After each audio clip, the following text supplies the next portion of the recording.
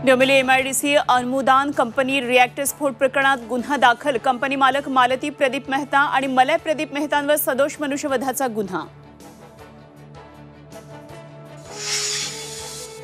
Dombivli MIDC मधील कंपनीतील स्फोटात 8 जण ठार तर कामगारांसह 64 जण जखमी।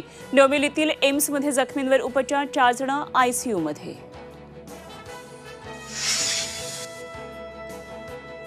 डोंबिवलीतील रासायनिक कंपन्या अंबरनाथमध्ये हलवणार, दुर्घटनेनंतर मुख्यमंत्री एकनाथ शिंदे यांची घोषणा।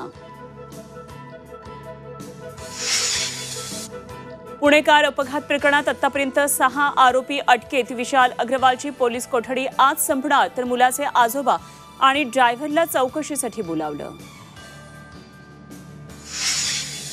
आणि विदर्भात उष्णतेचा तडाखा वाढला। अकोला 45.5 अंश सेल्सिअस उच्चांकी तापमान। यंदाच्या मोसमात प्रथमच पारा 45 अंश सेल्सिअस पार।